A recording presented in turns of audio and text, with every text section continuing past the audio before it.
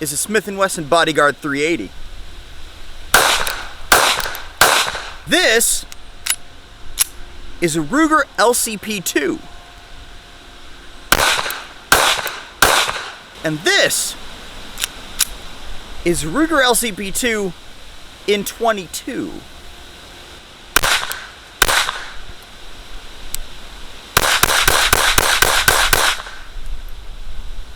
Let's get to work.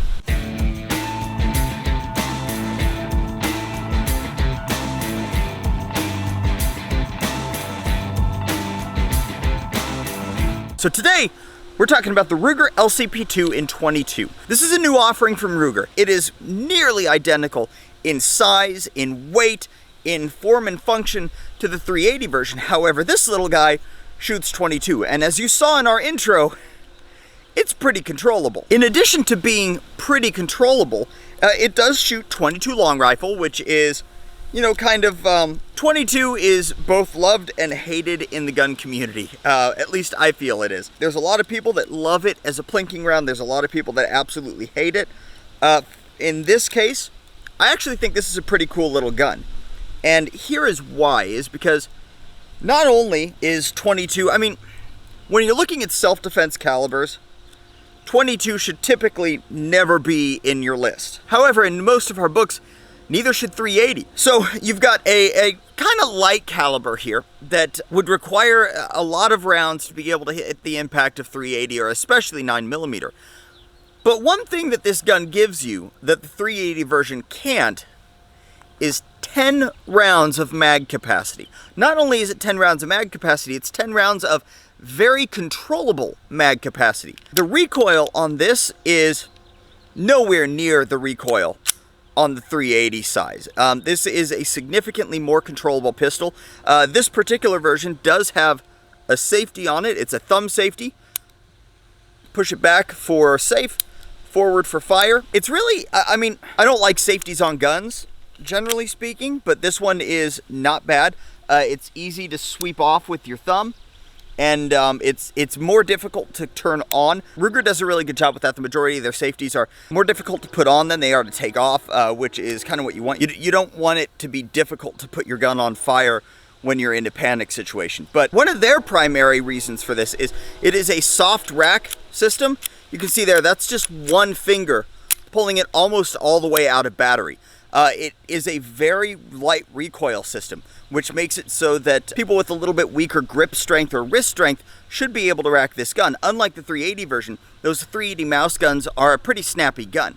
This one, a little bit different than that. Let's go ahead and take some more shots. Ow.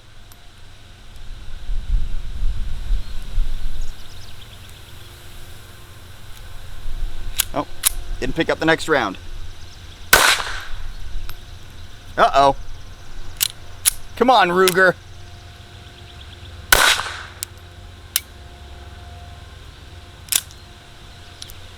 That one was just crap 22 ammo. There we go.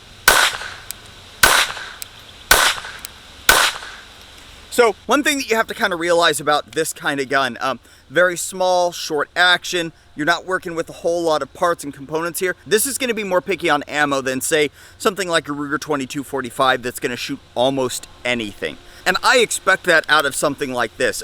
There's just going to be 22 ammo that I can't shoot through it. Not that big of a deal. I knew that kind of coming out, but everything that I'm shooting is bulk. This is actually kind of a mixed bag. I'm going to switch you guys over to the other side because better lighting. But this is kind of a mixed bag of Remington Golden Bullet and some Winchester stuff. None of it's overly good stuff. They're all bulk packs. The only like CCI stuff I get is Stingers, and you can't run the high pressure stuff in smaller guns like these. It's just not good for them. Especially a Ruger. Their slides are not known for being made out of the most solid of metals. So as I said, a couple of the benefits of this general size and shape of gun. So a benefit obviously that the 22 version shares with the 380 version is the footprint. The Ruger LCP is an extremely small footprint gun. It's kind of like a mouse gun, a pocket gun, whatever you want to call it. They're very, very small, which is ideal for like deep concealment. Now, would I EDC a Ruger LCP? No.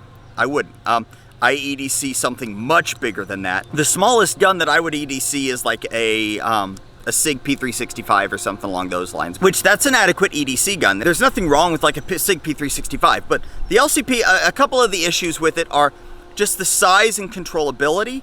For 380 is already a very snappy round, so you put it in a tiny little gun and it's going to be more difficult to control. Not only that, but you're also dealing with 380. Despite it being snappy, 380 is not a great self-defense caliber. You have a lot of issues with hollow points not opening up, and then you get into the full metal jackets and they just pop holes in things. So you're not looking at a like super good self-defense caliber, and actually there's a lot of people who think 22 long rifle is a better self-defense caliber.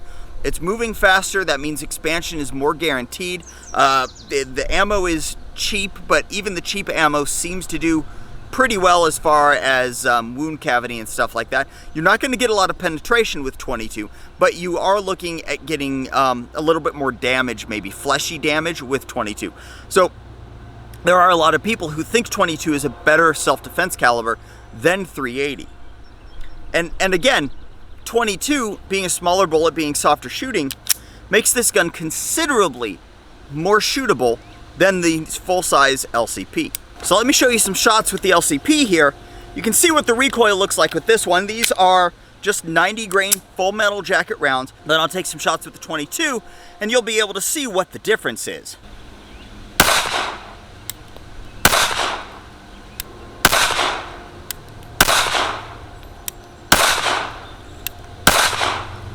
Okay, so that was our 6 shots with the LCP. Now let's take some shots with the LCP II in 22.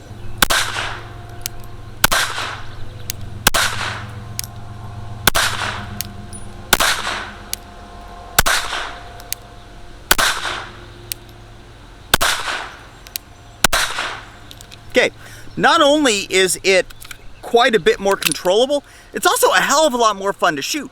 The LCP in 380 is not a fun gun to shoot. That snap, it makes you nervous. It hurts your hand a little bit. It's not a fun gun to shoot. This, however, this is a fun gun to shoot. The recoil isn't bad. It's more than controllable. It doesn't hurt your hand at all. Rugers have this kind of fat backstrap here, and the fat backstrap, there's nothing wrong with it. It's got kind of some sharp edges here. When you're dealing with a softer shooting round like a 22, not a big deal. Shooting with a harder round like the 380 out of these things, and it's not comfortable. This thing is comfortable to shoot. Okay, so I got another mag here. Let's go ahead and do some accuracy testing now.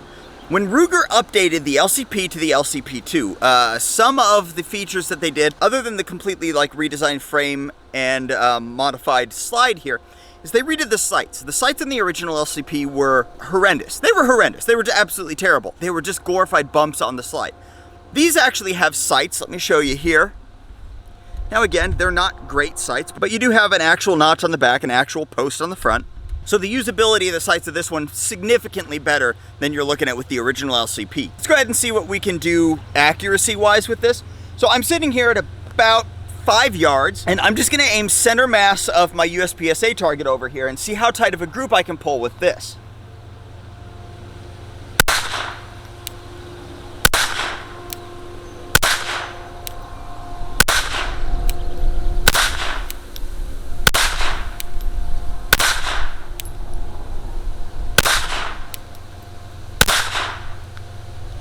Okay, apparently I loaded that one low, but that's all right.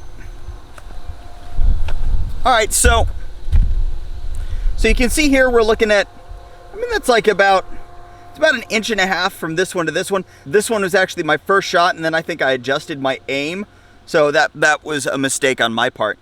But, I mean, you're looking at, there's 1 inch there with the majority of them. So you're not looking at an inaccurate gun, especially for what it is. And honestly, I'm not 100% sure what Ruger wants it to be.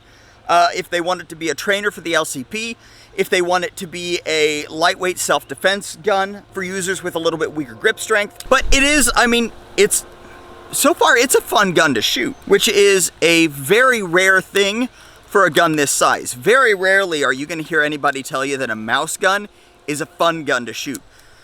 The Smith & Wesson Bodyguard, the Ruger LCP and LCP II, even up into like the SIG 938, none of those guns are overly fun to shoot. 380 is just not a comfortable round to shoot. Well, this one doesn't shoot 380. So let's get just a few more shots in with this. I do want to point out, guys, that on this version as well, because it's the Easy Rack version, they did add little wings in here to be able to grab onto the slide a little bit better. Now, as with the original LCP II, this is a hammer-fired gun. It has a single action hammer like the LCP II, not a double action like the original LCP, which is good because that original LCP trigger kind of sucked. But guys, so far, I mean, I just picked this thing up this past week because I just don't like the LCP that much, especially giving me only 6+1. Now I've got 10+1 in a super controllable gun comparatively. So let's go ahead and take one last magazine through this thing and I'll wrap up. So that is our first shots on our Ruger LCP II in 22, the Easy Rack version. So far, I'm very happy with this gun. We've had about 3 malfunctions, but I did check those rounds, and those rounds were all the same type of ammo. Everything else has been Remington Golden bullets. I think those were the Winchesters, so I'm gonna keep running this thing. I've not oiled this thing or cleaned it or anything. This is straight out of the box. And so maybe if I oil it a little bit, the lower recoil of those particular rounds, which was the problem, it wasn't getting enough recoil to get back behind the magazine and strip the next round. So maybe with a little bit of lubrication, we wouldn't have that issue. I'll keep testing that. But so far, guys, I'm super happy with this thing. These things go for a little bit over $300. You can find them for about $310 to about $330 pretty much anywhere. And if you're looking for a mouse gun, or honestly just a new fun little cheap gun to shoot, you might want to check this out. It's definitely more fun to shoot than the 380 version, and it makes a handy little backup. So thanks guys for watching our first shots at the Ruger LCP II in 22. If you're looking for our updates on this thing, go ahead and like and subscribe down below so that we can tell you more about it. If you like what we do here on the channel and you want to help out a little bit, head on over to our Patreon page. That's patreon.com/workthetrigger. Remember, I appreciate every one of you, and until next time, do your research, get informed, and get to work.